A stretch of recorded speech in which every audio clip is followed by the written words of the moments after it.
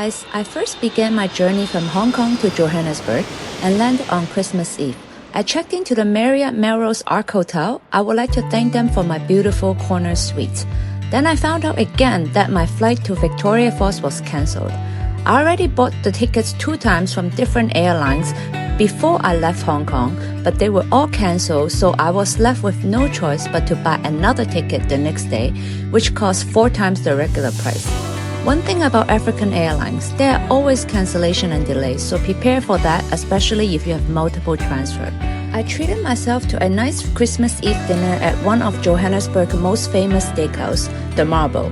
The next day, which is Christmas, after a very festive Christmas breakfast at the hotel, I arrived at the airport super early to deal with the other 3 flights cancellation. It was quite chaotic. So I am boarding a flight from Johannesburg to Victoria Falls to start my volunteer program. It is one of the 2 that I'm going to this time, and I hope I will really enjoy it. I think today's Christmas, so what's better than giving? After I finally arrived at Victoria Falls, I found out the whole town was out of electricity due to a storm. So there was no internet, and of course the whole camp was out of electricity. The freezer and the fridge, they were not working. It was Christmas Day. I was wishing I could tell my family that I had arrived safely, but I wasn't able to do it. My friend from the volunteer camp even caught the local holding the electricity pole just like that. It was all new to all of us. After 5 hours later, the electricity came back on, so we were able to have a Christmas dinner all together. Another tip for Africa, always bring extra external batteries so that when something like this happens, you can still charge your phone in case power comes back on. On the first day as a volunteer, I was briefed in the morning and was taken to see the lions right away. As I mentioned earlier, the camp was out of electricity, so all the meat in the fridge went bad, so we had to give them all to the vultures, which are typically what they eat. The smell of a truck full load of rotten meats is something I will never ever forget in my lifetime. And also, all the flies around it, it was crazy. I asked myself, can I do this? There are 17 lions in this enclosure. You might wonder why they have to be kept in an enclosure. Their goal is to protect the lions' population from continuing to shrink. Well, I had no idea it was shrinking. I never even knew. I'm going to record it because I'm going to forget it. You know, it's the feeling right after nativities that you will remember the most. So I'm totally going to record this now just for my memory. Go, girls! So I just had my first session of feeding with the lions. And yeah, it's really no joke. Those the smell of the meat are like the dead meat that has been like rotten, but when it's a lot of them, it is the smell is just something I think I would never ever forget, because I almost threw up. So and it takes a lot for me to throw up.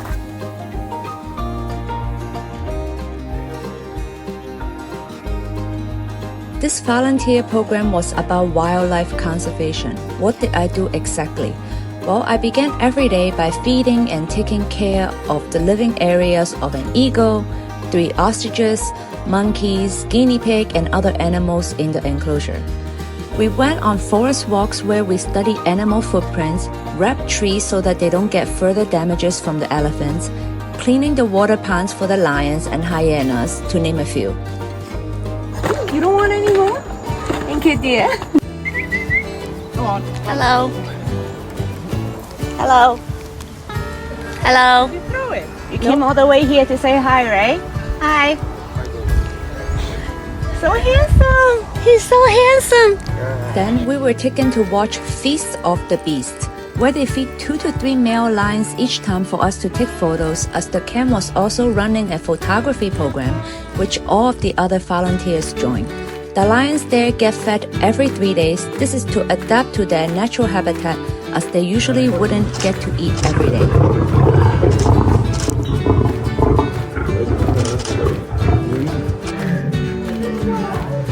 There are also 3 hyenas. You might wonder why. As the hyenas were killing all the livestock like the chicken in the area, they were about to get killed, so the enclosure took them to save them. On our off days, we were able to go to game drives at different national parks in the area, like Zambezi National Park. We saw so many elephants, zebras, hippos, and many other animals. And the beautiful landscape inside the park speaks so Africa to me. I know we're in Africa, but you know. There are also many boba trees. The boba trees is an iconic tree in Africa. They are known for their size and their thick, swollen trunks. Although we went on a rainy day, it was still so beautiful.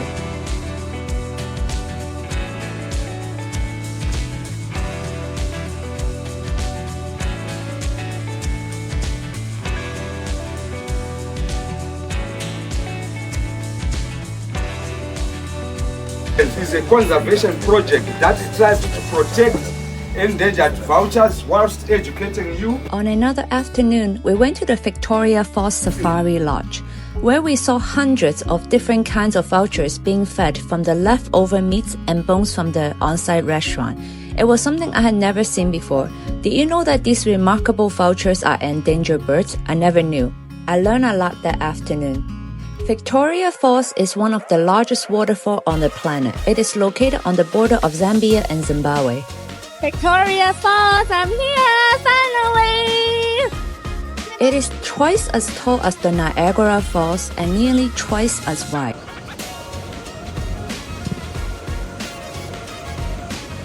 Can you imagine the sheer scale?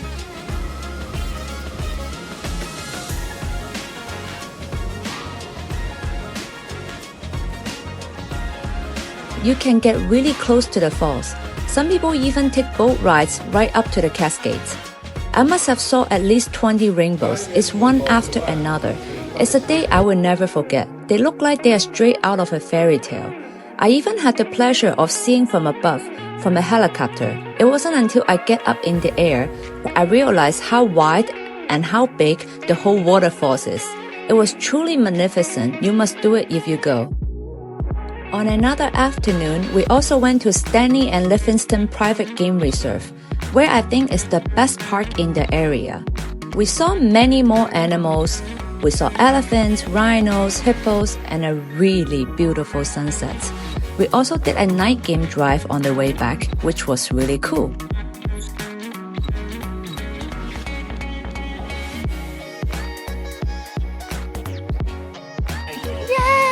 To Africa 2023. Oh, no. Going to 2024. Happy New Year, May 24. Yeah.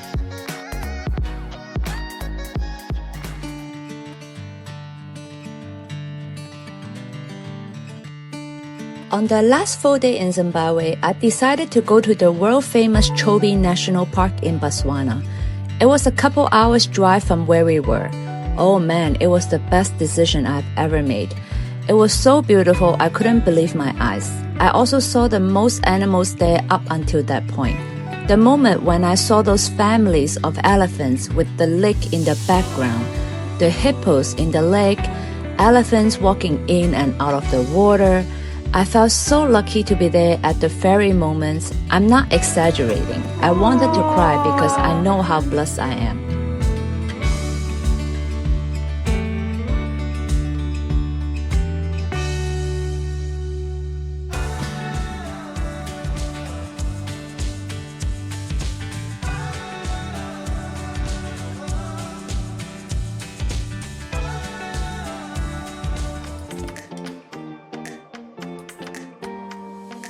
This is the entrance, so we get to pick one of these that we're gonna wear during the dinner, so it's really awesome.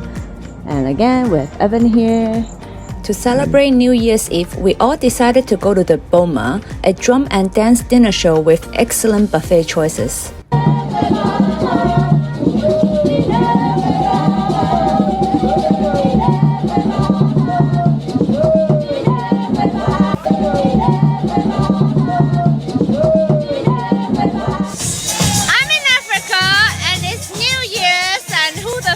About my hair and look at the party behind me. Get going!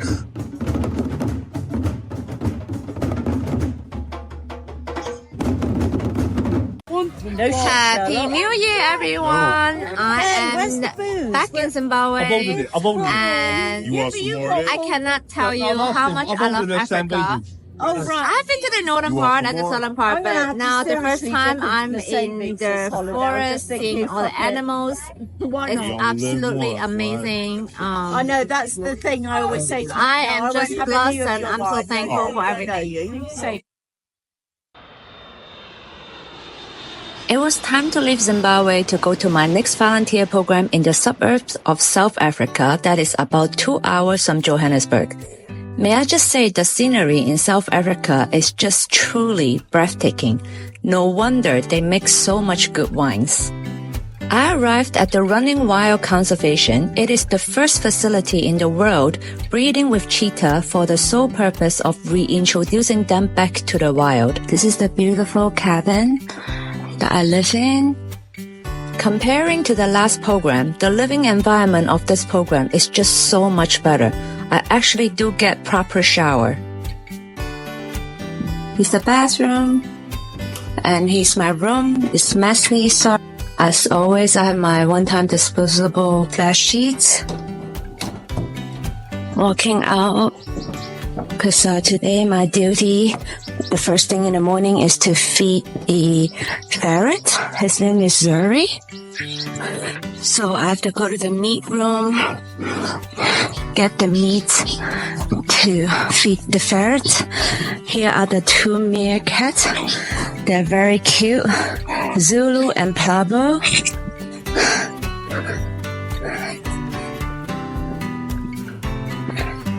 And he's the ferret that I have to feed. Good girl. And then now gonna go back to the meat room. And as I mentioned, it's very clean. And we have Celia here.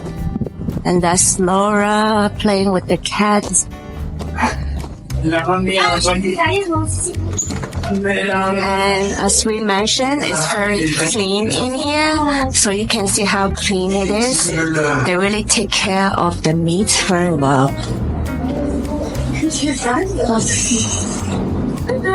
So here is Juliet, Celia, and Vincent doing the hard work. And then we have Anaka doing the other hard work. It's you really have to love animal a lot. She's washing. What are you washing? Hoop scoop. Hoop scoop, yes. So yeah, she's doing a lot of hard work. She really loves animal. So they really love animal here. We just get grief. Yeah, in contact with our inner creativeness, yeah. Oh, it's so absolutely stunning. Oh my God, it's Anaka here. So part of the job, as we said earlier, was to have to skin the chicken, cut up the slices and everything. So here are the chicken that she has already prepared. As you can see, the kitchen is very clean, so they really want to make sure the food is very clean for the animals. They even cut out the fat so they don't get kidney disease or something, right? Oh, sorry, kidney failure. Yeah, it's very clean. And the freezer. Thank you, Annika. Compared to the last camp, this program was a lot more strict. Everything was on a strict schedule and they were very serious with their hygiene, especially the food. They had more than 20 cheetahs and 3 rescue lions plus other small cats. What we had to do every day was to clean the enclosures like the last camp, prepare their food, attend lessons to know more about cheetahs and how we can help. As I mentioned earlier, the only purpose they have is so that they can breed them and put them back into the wild. Hello, Pablo. With less than 7,500 cheetahs left in the world, the urgency to help them reproduce is necessary. The owners are the biggest animal lover I had ever met. They are spending their lifetime effort and savings into helping their children. They do not see them as animals.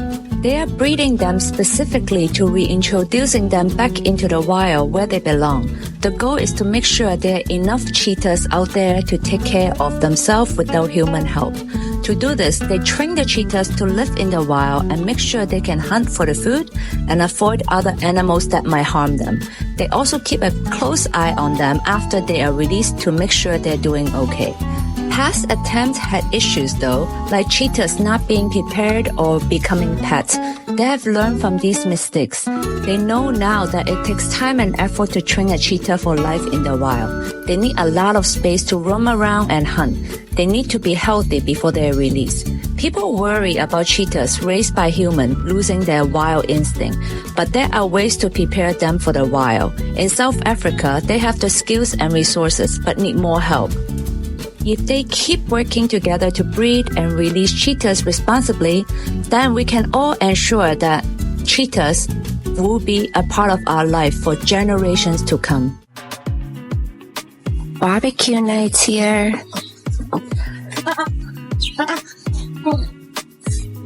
This is just an absolutely stunning backyard. It's so beautiful. I couldn't believe it when I first saw it that this is a volunteer camp. To conclude, I learned so much about wildlife in both programs. It is an ongoing effort that we must all participate in to help the world, to make it a better place. I'm so thankful I got to meet everyone from these camps. Thank you guys.